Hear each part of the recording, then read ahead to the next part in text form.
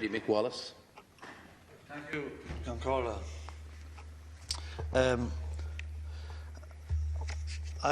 There's probably I've sensed a certain feeling around this issue that that city people don't really understand country people around coursing and how nature works and the whole lot. But I was born on a small farm in Wexford, and I don't think it's nice to see an animal suffer.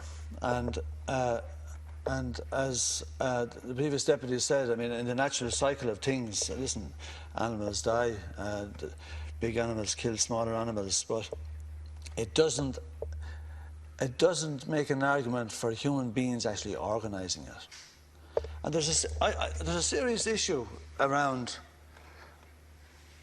I think when human beings don't really care a lot about how other human beings suffer through actions that they either supported or didn't do anything about, I think that's a problem. Because I think society breaks down when we don't actually care about what happens to our neighbour, whether the neighbour's living next door or whether he's living in some other country. And there's a thing called empathy. And if you see an animal suffering through organised work on behalf of people, then that lack of empathy is worrying. Someone said that if we stopped coursing, that it would hit the economy. Well, you know, that's actually a very interesting point, because I got into an argument. Minister, I think you were from Clare. I got into an argument in a pub in Ennis one night. This fella attacked me because of our protest on Shannon, and he says that he was selling sandwiches to the American soldiers. So the argument developed, I can tell you, right? So despite the fact that 2.1 million people who weren't carrying guns have been killed by the US, British and French forces in Afghanistan and Iraq alone in 15 years. 2.1 million people.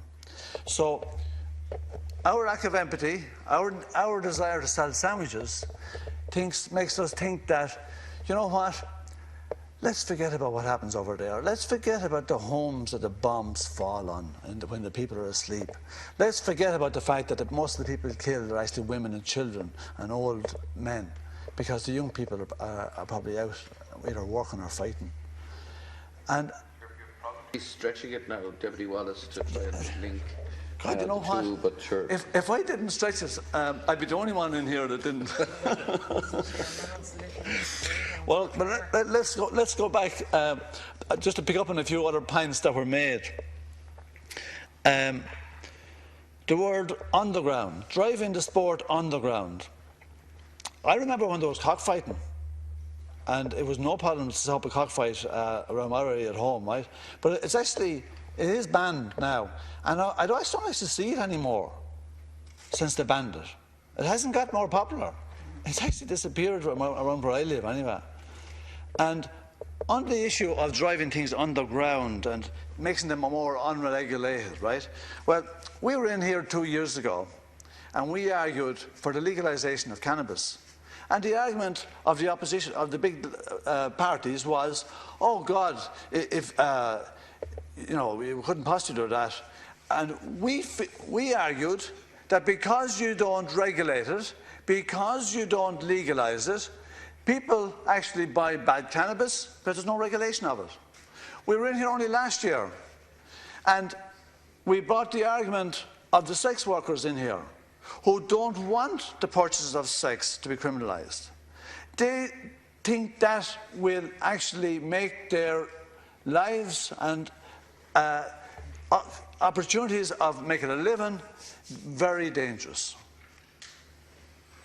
You pick arguments as they suit. You might say, well, we all do, I suppose, it's human nature. But I find it hard now to buy that the underground argument that this unregulated nature of coursing might actually flourish and create even more problems.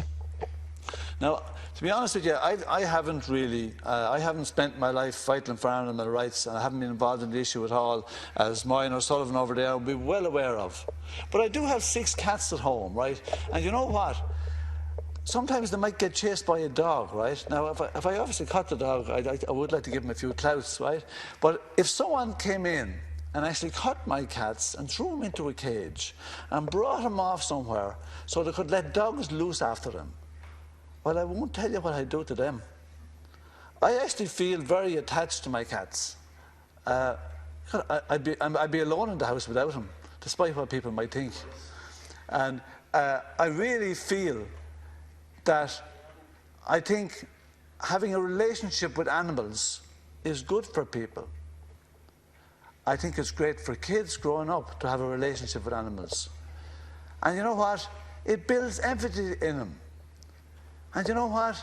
It might actually help them to not support us supplying an airport for the Americans to bomb the living daylights out of millions of people in other lands. Thank you. Deputy Wallace.